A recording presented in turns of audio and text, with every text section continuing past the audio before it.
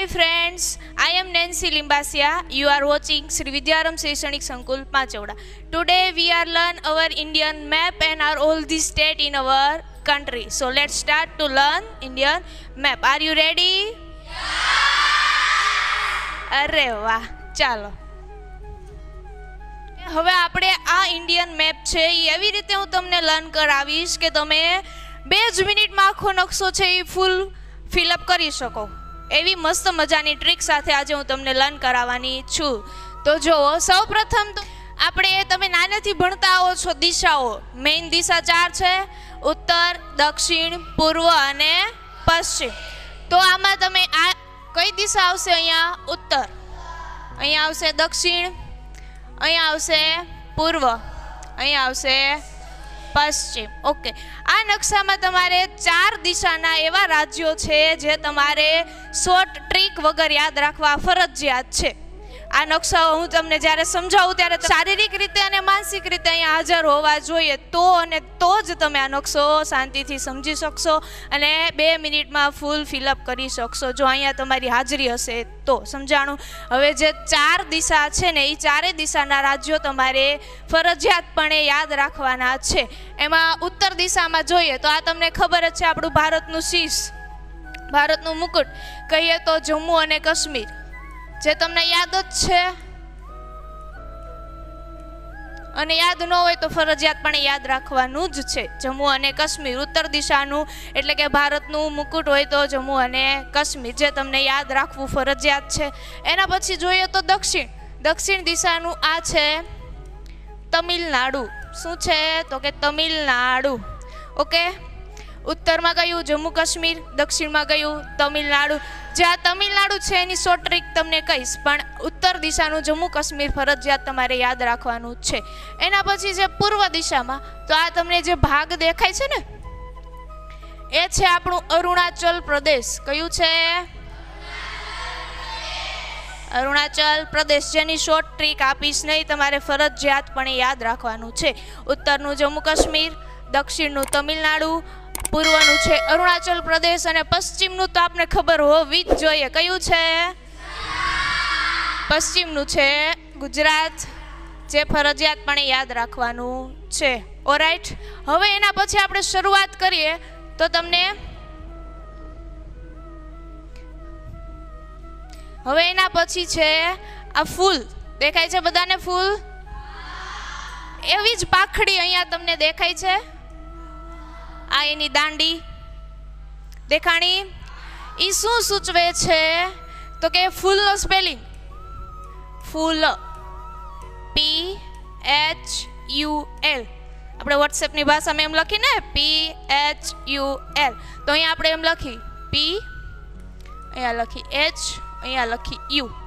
3 જ પાખડી છે આપણા ફૂલમાં, તો PHU. P ઉપરથી કયું રાજ્ય બનશે? તો કે પંજાબ. કયું બનશે? H ઉપરથી કયું બનશે? હિમાચલ પ્રદેશ. H ઉપરથી કયું બનશે? પછી U ઉપરથી કયું બનશે? જો અહીંયા તમને કન્ફ્યુઝન થશે, ઉત્તર પ્રદેશ અને ઉત્તરાખંડમાં કન્ફ્યુઝન થશે, તો અહીંયા ખાસ યાદ રાખવાનું છે કે ફૂલની પાખડી વાળું જે છે ને એ ઉત્તરાખંડ છે. શું છે? હવે આ જે તમને દાંડી દેખાય છે ને, ફૂલની દાંડી, કેવા રંગની હોય? લીલા. લીલાને હિન્દીમાં શું કહેવાય? હરા. હવે આપણને ખબર જ છે, ભારતનો નકશો ભણીએ છીએ એટલે બધી ભાષા આવવાની જ છે, ગુજરાતી, હિન્દી, ઇંગ્લિશ બધી ભાષા આવવાની જ છે. તો લીલા રંગને આપણે હિન્દીમાં શું કહીશું? તો આવી જ સેમ દાંડી અહીંયા તમને દેખાય છે. તો હરા ઉપરથી અહીંયા આપણે લખશું હરિયાણા. શું લખશું? થઈ ગયા 4 રાજ્યો કમ્પ્લીટ.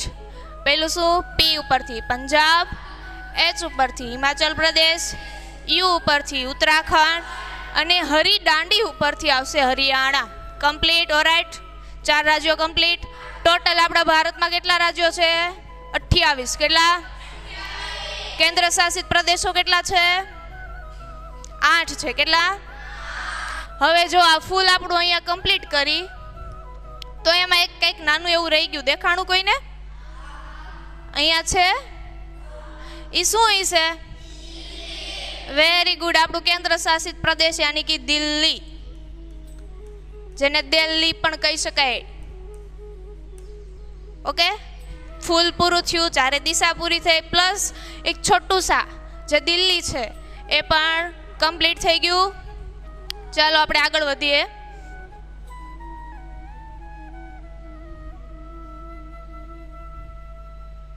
તો હવે તમને ડાયનોસોર જેવું કંઈક દેખાય છે? ડાયનોસોર જોયો છે? ક્યાં જોયો? ટીવીમાં જોયો હશે. આ ડાયનોસોર છે એના જેવું ચિત્ર તમે અહીંયા અનુમાન કરો કે આ ડાયનોસોરનું મોઢું છે, આ ડાયનોસોરનું પેટ છે, આ ડાયનોસોરનો શું છે? પગ છે, આ એની પૂંછડી. લાગે છે એવું કંઈક?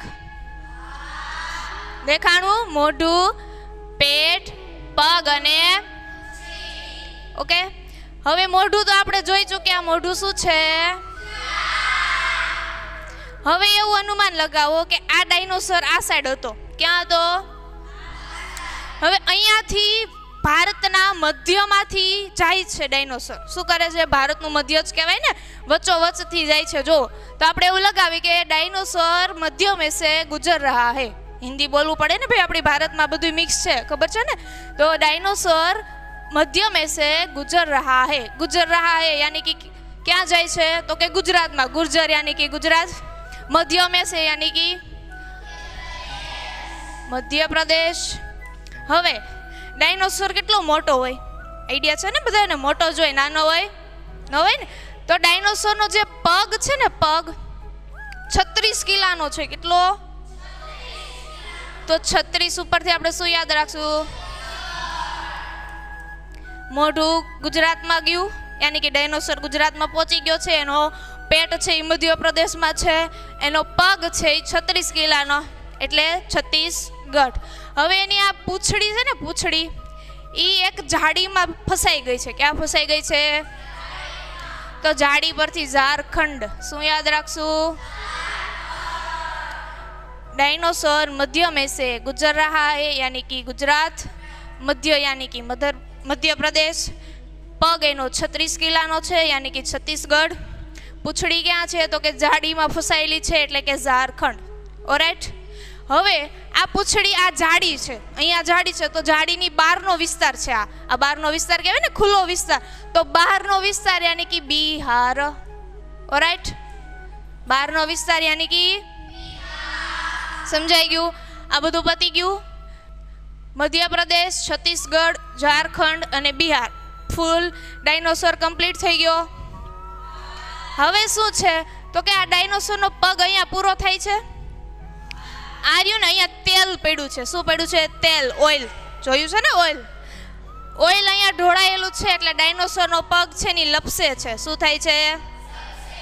હવે ડાયનોસોરનો પગ તેલમાં હોય તો તેલ ઉપરથી અહીંયા શું લખશું? તેલંગાણા.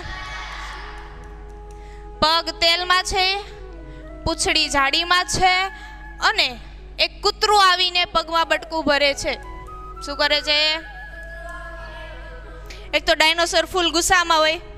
શું કામ? કારણ કે પૂંછડી ઝાડીમાં ફસાયેલી, પગ છે તેલમાં ફસાયેલો, એક તો લપસી જાય છે. આગળ જે હાલવા જાય તો શું થાય? લપસી પડે. એમાં એક કૂતરું તમારી જેવું આવીને શું કરે? બચકું ભરે. અહીંયા પગમાં આવીને શું કરે?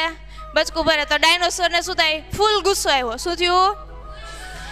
જે કૂતરાને લાત મારીને તો કૂતરું ઉડી ગયું. શું થયું? તો ઉડીને ક્યાં પડ્યું છે? ઓરાઈટ. કૂતરું ઉડીને ક્યાં પડ્યું? આખો ડાયનોસોર હવે કમ્પ્લીટ થયો. કેવી રીતે? તો કે હજી એક બાકી છે, પણ આટલો કમ્પ્લીટ થઈ ગયો. કેવી રીતે? તો કે મध्य में से गुजर रहा है यानी कि गुजरात में पहुंच गया. मध्य प्रदेश में पेट रुक गया. झाड़ी में फंस गई क्या? पूछ. પછી પગ છે તો કેટલા કિલોનો હતો પગ? 36 કિલોનો यानी कि छत्तीसगढ़. પછી એનો પગ છે એની નીચે તેલ ઢોળાયેલું છે, એટલે કે તેલંગાણા.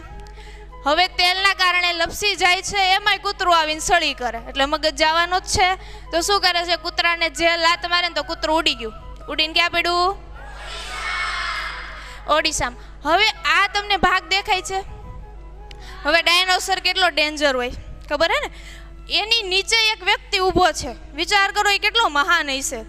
ડાયનોસોરની મોઢાની નીચે એક વ્યક્તિ ઊભો છે એટલી હિંમત કરી, તો એ વ્યક્તિ કેટલો મહાન હશે કે ડાયનોસોરની નીચે ઊભો છે. સમજાણું? તો મહાન વ્યક્તિના લીધે આપણે અહીંયા શું લખશું? Maharashtra. Very good. Complete. Gujarat, Madhya Pradesh, Bihar, Jharkhand, Chhattisgarh, Maharashtra, Telangana અને ઓડિશા. Or right, complete. હવે જો આ ભાગ રહી ગયો તો આ ભાગ રહી ગયો તો યાદ છે ને? ભૂલાઈ નથી ગયું? હવે આ એક પતંગ જેવો આકાર દેખાય છે, એના ઉપરથી આપણે યાદ રાખશું કે આ રાજસ્થાન છે. રાજસ્થાનના રણમાં આપણે પતંગ ચગાવીએ છીએ. સમજાણું? રાજસ્થાનના રણમાં આપણે પતંગ ચગાવીએ છીએ. અને એમ ન યાદ રાખવું હોય તો ફરજિયાત પણ યાદ રાખવાનું છે કે ગુજરાતની ઉપર રાજસ્થાન છે, ગુજરાતની નીચે મહારાષ્ટ્ર છે. બે આપણા પાડોશી રાજ્યો છે. કમ્પ્લીટ. હવે આ તો અહીંયા મેં તમને કીધું હતું કે આ ઉત્તરાખંડ છે. શું છે? PHU. ફૂલનું જે PHU હતું એ ઉત્તરાખંડ હતું. તો આ શું હોય? યુપી. MP ને યુપી બે બાજુ બાજુમાં છે. યુપી એટલે શું થશે? ઉત્તર પ્રદેશ. યુપી એટલે શું થાય? ઉત્તર પ્રદેશ. તો MP અને યુપી બે બાજુ બાજુમાં થયું, મધ્યપ્રદેશ અને ઉત્તર પ્રદેશ. તો તમે જોઈ શકો છો કે ઉપરના બધા રાજ્યો આપણે કમ્પ્લીટ કરી દીધા. દેખાણા બધા કમ્પ્લીટ. છત્તીસગઢ, તેલંગાણા, ઓડિશા, ઝારખંડ, બિહાર. આ ભાગ એક બાકી રહ્યો. દેખાણો? તો હવે એ શું હશે? એક તો જો આ છે પૂર્વ દિશામાં. આપણા ભારતના નકશામાં જોઈએ તો કઈ દિશા થાય? પણ આનું નામ આ ઊંધો એલ આકાર જેવો હોય છે. આવો છે, આ બધું એમાં જ છે. આ ઊંધો એલ આકાર છે ને પશ્ચિમ બંગાળ છે. શું છે? હવે એનો પ્રશ્ન તમને થવો જોઈએ કે આ પૂર્વ દિશામાં છે તો એનું નામ કેમ પશ્ચિમ બંગાળ પડ્યું? તો એનો ઉત્તર શું આવશે? તો કે આજે આપણો પાડોશી દેશ છે ને, અહીંયા બીજો દેશ તો હોય ને કે ખાલી જમીન તો ન પડી હોય.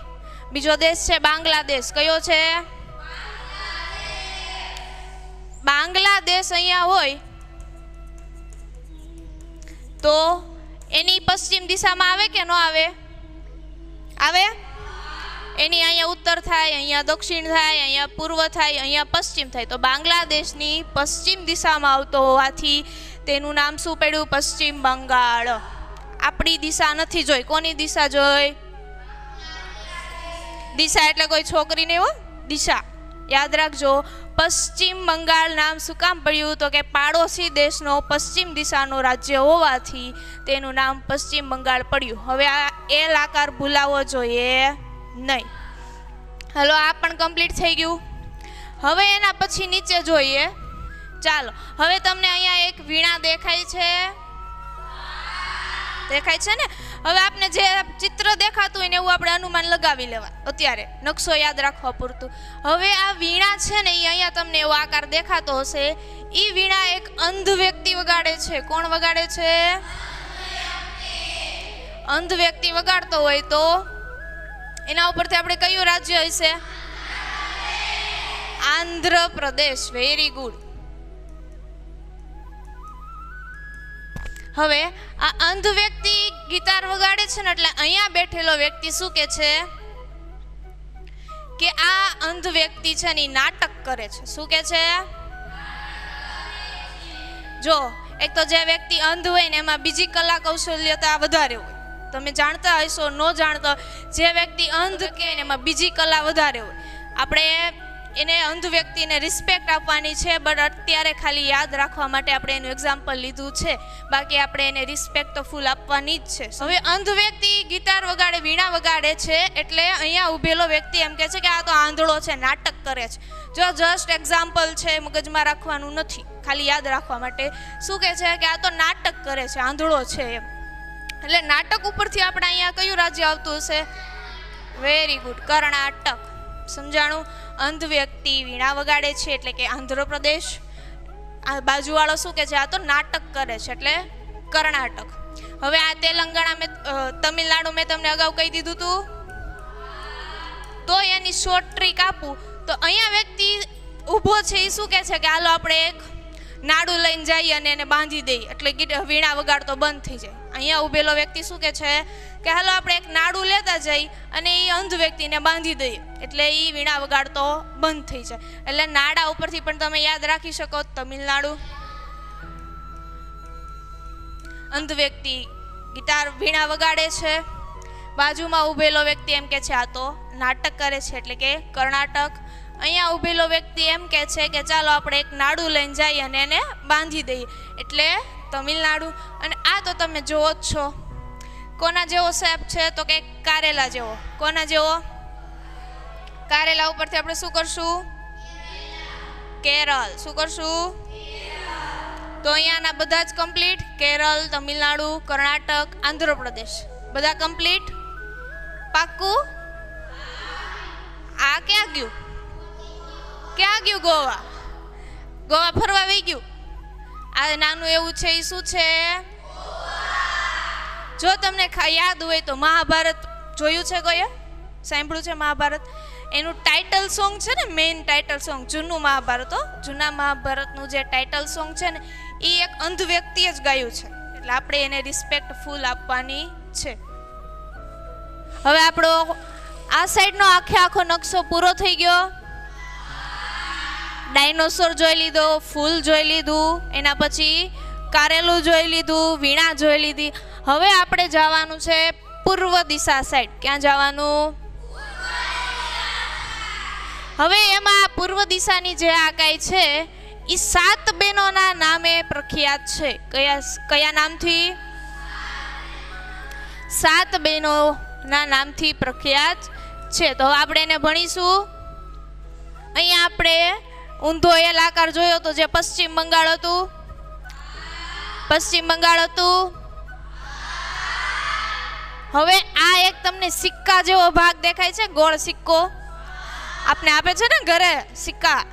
તો આ સિક્કા ઉપરથી આપણે શું યાદ રાખશું? સિક્કિમ.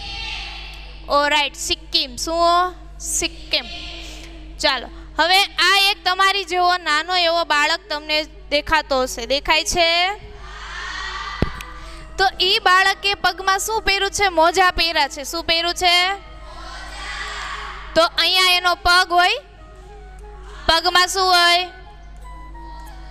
તો મોજા ઉપરથી કયું બનશે? મિઝોરમ. કયું? મોજા ઉપરથી. અને એના હાથ જો કેટલા ઊંચા છે. એ વ્યક્તિ, આ નાનો એવો બાળક એમ કહે છે કે મેં તો એટલા ઊંચા હાથ કર્યા છે કે મારી નીચે મેઘ યાની કે વાદળ અને ટ્રી યાની કે વૃક્ષ, આપણે બધી ભાષા મિક્સમાં જ લેવાની છે, સમજાણું? એટલે આ બાળક એમ કે છે, જો આ બાળકના હાથ છે એ એમ કે છે મારા હાથ તો એટલા ઊંચા છે કે મેઘથી નહીં ઊંચા થઈ ગયા અને ટ્રી એટલે કે વૃક્ષથી નહીં ઊંચા થઈ ગયા. તો મેઘ ઉપરથી આપણા નાનું એવું છે એ ઓ રાઈટ મેઘાલય, અને ટ્રી ઉપરથી ત્રિપુરા. ઓકે, ટ્રી ઉપરથી. હવે એના પછી જોવો એને હાથ એટલા ઊંચા છે તો ક્યાં સુધી પહોંચાડ્યા હોય તો મેઘ ને બધું નીચે રહી જાય? તો કે ઉપર આસમાન સુધી. ક્યાં સુધી? તો આ જે એના હાથ જેવો આકાર દેખાય છે ઈ શું હશે? અસામ. શું સમજાણું? ક્યાં સુધી હાથ છે? આસમાન સુધી. તો ઈ શું રાજ્ય હશે? અસામ. Okay, very good. હવે એના હાથ નીચે એક નાગ ઊભો છે. શું ઊભું છે? નાગ ઊભો છે. શું ઊભું છે? તો નાગ ઉપરથી થશે નાગ. Very good. નાગ ઉપરથી નાગાલે. હવે નાગ શું કામ ઊભો હોય? તો કે આ જે બાળક છે ને બહુ તોફાની, એને ખિસ્સામાં નાગની મણી લઈ લીધી. શું લઈ લીધું? તો અહીંયા એનું ખિસ્સું હોઈ શકે? ક્યાં એનું ખિસ્સું હોય? અહીંયા હોય. તો અહીંયા છે ઈ નાગની મણી છે. મણી યાની કે મણિપુર. આ છે નાગાલેન્ડ. મોજા યાની કે મિઝોરમ. ટ્રી યાની કે ત્રિપુરા. પછી મેઘ કરતા પણ ઊંચા એટલે મેઘાલય. આસમાન સુધી એટલે આસામ. અને આ તો મેં અગાઉ કીધું તું, અરુણાચલ પ્રદેશ, જે તમારે ફરજિયાતપણે યાદ રાખવાનું છે. ભારતની પૂર્વ દિશામાં આવેલું રાજ્ય એટલે અરુણાચલ પ્રદેશ. થઈ ગયું? કેટલા થયા? 1 2 3 4 5 6 ને 7 થઈ ગઈ. 7 બહેનો. કીધું તું ને મેં તમને કે 7 બહેનો તરીકે પ્રખ્યાત છે. કયા કયા રાજ્યો? તો આસમાનવાળું અસમ, અરુણાચલ પ્રદેશ, મેઘાલય, ત્રિપુરા, મિઝોરમ, મણિપુર, નાગાલેન્ડ. Or right, complete. હવે તમે મને કહી શકશો કે આ નકશો તમે 1 મિનિટમાં કોણ ફૂલ ફિલઅપ કરી શકશે? પૂરો નકશો જો તમે શાંતિથી ધ્યાનપૂર્વક અહીંયા મગજ રાખીને ભેણા હશો તો આઈ એમ 100% શ્યોર કે તમે આ નકશો 1 મિનિટમાં ફૂલ ફિલઅપ કરી શકશો. ઓકે.